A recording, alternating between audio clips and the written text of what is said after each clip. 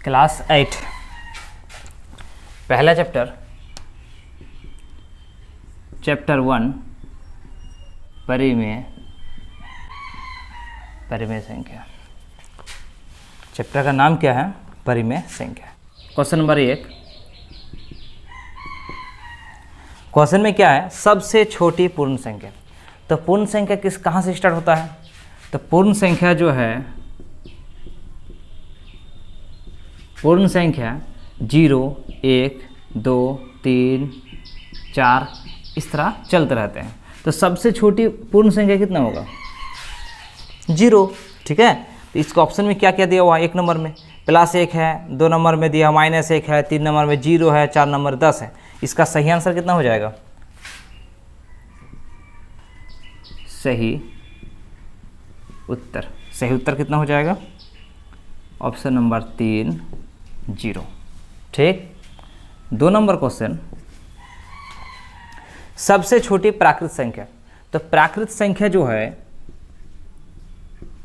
प्राकृत संख्या किसे कहेंगे हम लोग? जो गिनती 1 से शुरू होता है, 1, 2, 3, 4, 5 इस तरह चलता रहेगा, उसको हम लोग क्या बोलेंगे? प्राकृत संख्या। तो सबसे छोटी प्राकृत संख्या कितना है? 1 है। तो यहाँ पे इसका सही आंसर देख लेंगे हम लोग। ऑप्शन में क्या क्या दिया हुआ है? +1 दिया हुआ है, ऑप्शन नंबर 2 में -1 दिया हुआ है, ऑप्शन नंबर 3 में 0 दिया हुआ है, ऑप्शन नंबर 4 में 10 दिया है। ठीक है, तो इसका सही आंसर कितना हो जाएगा? Option number 1। कितना है? 1 +1। क्वेश्चन नंबर 3 में सबसे छोटी अभाज्य संख्या है। अच्छा, अभाज्य संख्या किसे कहेंगे? अभाज्य संख्या किसे कहते हैं? तो अभाज्य संख्या जो है,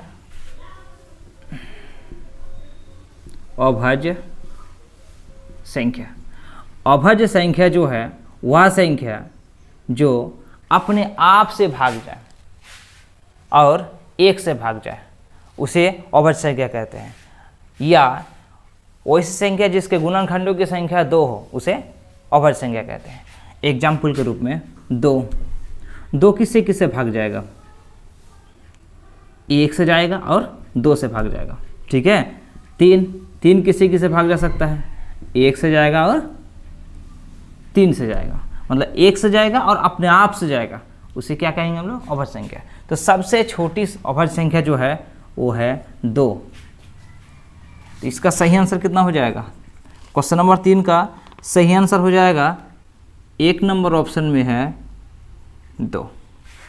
ठीक, उसके बाद 4 नंबर में बोला गया सबसे छोटी भाज्य संख्या है। सबसे छोटी भाज्य संख्या, तो यहाँ पे तो अभाज्य संख्या हम लोग देख लिए। चलिए हम ये दोनों को इसको पूरा डिटेल्स कर देते हैं। ये 3 है, 4 किससे किससे भाग जाएगा? 1 से जाएगा, 2 से जाएगा और 4 से जाएगा। 5 किससे किससे भाग जाएगा?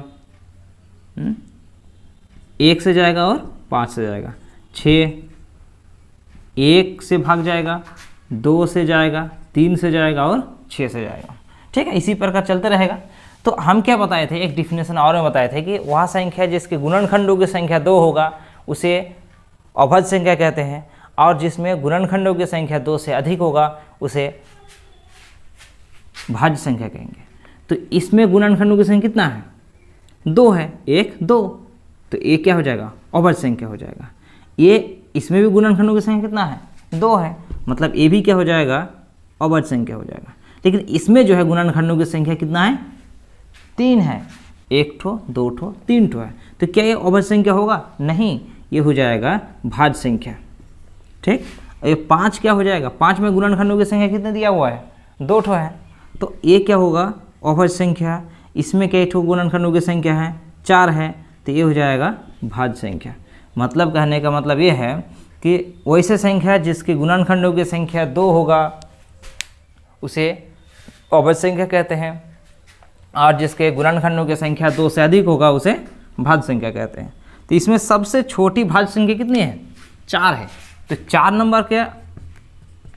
नंबर क्वेश्चन में जो है वो सबसे छोटी भाज्य संख्या ऑप्शन नंबर 2 में होगा, यानी 4। ठीक, क्वेश्चन नंबर 5 में निम्न में कौन योज्य तत्समक है। तो पहले हम लोग योज्य तत्समक का मतलब समझते हैं। योज्य तत्समक किसे कहते हैं? वह संख्या जिसे किसी भी संख्या में जोड़ने पर फिर से वही संख्या आती है, योज्य तत्समक कहलाते हैं। जैसे 4 में यदि अगर 0 जोड़ेंगे तो क्या होगा? 4 ही होगा। ठीक है, यहाँ पे क्या बोल रहा है? वह संख्या जिसे किसी भी संख्या में, मतलब वह संख्या जिसे किसी भी संख्या में जोड़ने पर फिर से वही संख्या आते हैं, मतलब 4 में उस संख्या को जोड़े तो 4 ही प्राप्त हुआ, इसी को क्या कहते हैं? योज्य तत्समक कहते हैं। जैसे a में अगर हम लोग 0 जोड़ेंगे तो क्या होगा? यही होगा। x में भी अगर हम लोग 0 जोड़ेंगे x होगा। 10 में 0 जोड़ेंगे तो 10 होगा। इसका मतलब है योज्य तत्समक हम लोग किसे कहेंगे? 0 को जो है योज्य तत्समक कहेंगे। ठीक है।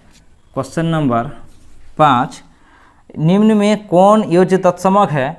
इसका सही आंसर हो जाएगा ऑप्शन नंबर 2, 0। बस आज यहीं तक।